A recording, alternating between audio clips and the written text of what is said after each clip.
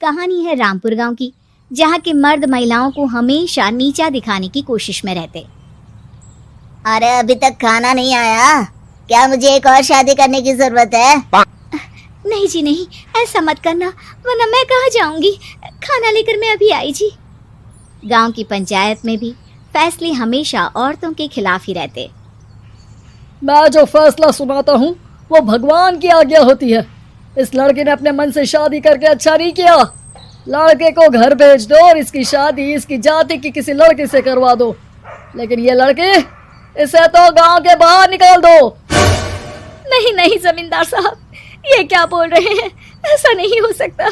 मेरी बेटी मासूम है, इसे अच्छे बुरे की समझ नहीं है। अरे कहाँ जाएगी ये बेचारी? कहाँ जाएगी? इतनी चिंता है तो पूरे परिवार का गांव निकाला कर देते हैं। बेचारे पूरे बसे बसाए परिवार को गांव छोड़ना पड़ता है। चाहे जो हो, अगर बेटियों को कंट्रोल नहीं कर सकते तो गांव में रहने का कोई मतलब नहीं है। यहाँ औरतों को दब कर रहना होगा। कोई भी अपने हिसाब से कुछ नहीं कर सकता, सब ईश्वर की मर्जी से ही होगा। तभी गांव का एक आदमी दौड़ा दौड़ा आता है। सरपंच साहब, जमींदार साहब, वो कालिया है ना, उसकी बेटी पढ़ने के लिए शहर जा रही है। अच्छा, ये कब हो गया? और कालिया की हिम्मत कैसे हो गई ऐसा करने की? लेकर आओ उसे और उसकी बेटी को। बस फिर क्या था, हाजिर हो जाते हैं कालिया और उसकी बेटी सरपंच के सामने। अरे कालिया, ये क्या सुनने में आ रहा है? बेटी को इंजीनियर बना रहा है तू? और ये बता, गांव में तो स्कूल नहीं है, फिर कहां से इतनी क्लास पास कर गई तेरी बेटी? राधा, जो कि कालिया की बेटी है, उसे लगता है कि सरपंच उसकी तारीफ कर रहे हैं। सरपंच जी, मैंने ऑनलाइन पढ़ाई की है, डिस्टेंस लर्निंग से।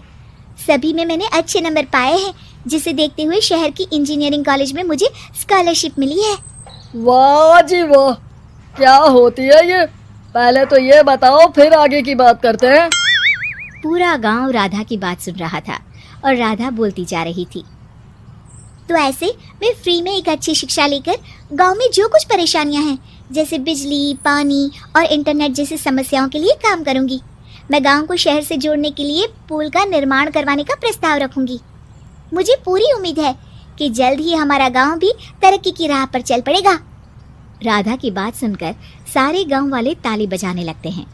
सरपंच को समझ नहीं आता कि वो क्या करे। चुप रह नादान लड़की, गांव के खिलाफ जाने के लिए तुझे गांव से बेदखल कर दिया जाएगा, वो भी पूरे परिवार के साथ। और हाँ, अगर ठीक से गांव में रहना चाहती है तो ये पढ़ाई लिखाई छोड़ दे। हम तेरे लिए गांव का कोई होनहार लड़का देखेंगे। तभी गांव का एक आदमी बोल पड़ता है। अरे नहीं नहीं सरपंच जी, राधा बिटिया जो बता रही है, अगर वैसा हो जाए तो हम लोगों को पैसा कमाने के लिए बाहर नहीं जाना पड़ेगा। हाँ जी, और ना ही कोसों दूर पानी के लिए भटकना पड़ेगा। हमारे बच्चे भी अच्छी पढ़ाई कर सकेंगे और आगे बढ़ेंगे, ना कि हमारी तरह खेती करते बैठेंगे। क्यों गांव वालों, राधा बिटिया का साथ देना चाहिए ना। सरपंच देखता है कि गांव राधा के साथ है तो वो चुप हो जाता है। वो घर आकर अपने सलाहकार से बात करता है, जो बहुत ही चालाक किस्म का इंसान होता है। अरे सरपंच साहब, आपको बहुत ही होशियारी से काम लेना पड़ेगा। एक बार गांव तरक्की कर गया, यहाँ के बालक पढ़ लिए तो कोई ना पूछेगा आपको। और फिर ये जो बेटा और बेटी है ना आपके, इनको भी आम लोगों की तरह ही जीवन जीना होगा। हाँ, लेकिन करे तो क्या करे? वो ना आप मुझ पर छोड़ दीजिए, बस मैं जैसा बोलूं करते जाइए। अगले रोज सुबह जब गांव वाले सोकर उठते हैं तो राधा के घर के बाहर और साथ ही वो लोग जिन्होंने राधा का सपोर्ट किया था, उनके घर के आगे लाल रंग से कल आऊंगी लिखा होता है। कल आऊंगी? ये क्या होता है? अरे ये तो खून से लिखा है, लगता है कोई भूत प्रेत या चुड़ैल का साया है। चलो सरपंच जी के पास चलते हैं। सभी सरपंच के पास जाकर उसे सारी बात बताते हैं। और ये तो बड़ी मुश्किल की बात है। चलो, मैं एक बाबा को जानता हूँ, उन्हें बुला लेता हूँ। सरपंच बाबा को लेकर गांव के घर के बाहर जाता है। ओहो, तो ये वो चुड़ैल है जो उन लोगों को निशाना बनाते हैं जो गांव को बदलने का सपना देखते हैं। वो गांव को ऐसे ही संपन्न देखना चाहती है, वो नहीं चाहती कि कोई बाहरी यहाँ का कायाकल्प करे। क्या तुम लोगों में से किसी ने गांव को बदलने की सोच रखी है? तभी राधा की माँ रोते रोते आती है। मेरी राधा घर से गायब हो गई है। अरे कोई तो बचाओ, मेरी बच्ची कहाँ गई?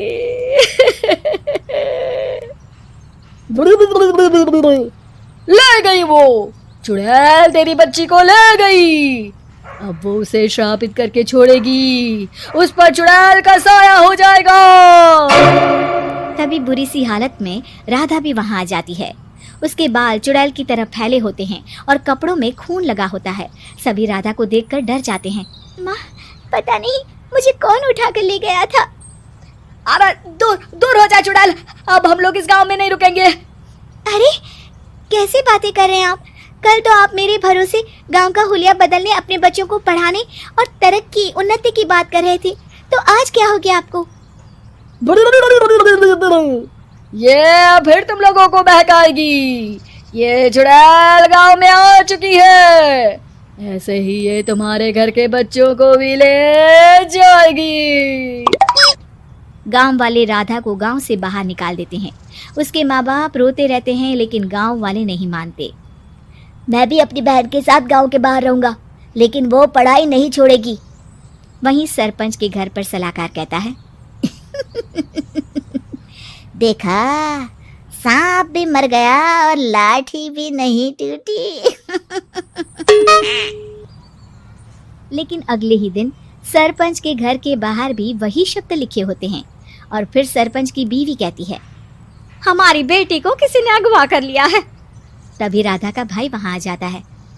अरे गांव वालों, मैंने सरपंच जी की बेटी को देखा था। वो चुड़ैल उसे उठाकर ले जा रही थी। अरे क्या मजाक कर रहे हो? नहीं नहीं सरपंच जी, आप नहीं जानते। वो चुड़ैल अब आपकी बेटी में आ जाएगी, जैसे राधा के अंदर आ गई थी।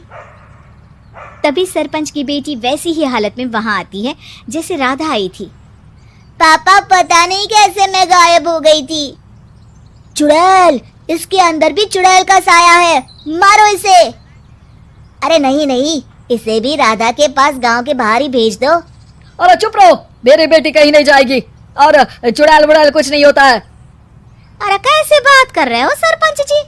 आप तो बोल रहे थे कि आपका फैसला भगवान का ज्ञान होता है, तो अपने पर बात आई तो अब आप ऐसे बोल रहे हैं।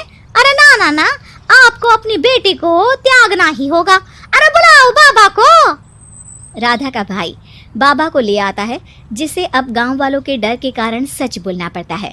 मैं कोई बाबा नहीं हूँ, मैं तो मोची था। ये सलाहकार महोदय ने मुझे कहा था एक्टिंग करने को। वो मुझे पैसे देने वाले हैं। मुझे माफ कर दो। गलती हो गई, मुझे माफ कर दो। तभी वहां राधा आ जाती है। देखा सरपंच जी, जब गांव के बच्चे साक्षर होंगे तो आप जैसे लोगों की चालाकी नहीं चलेगी।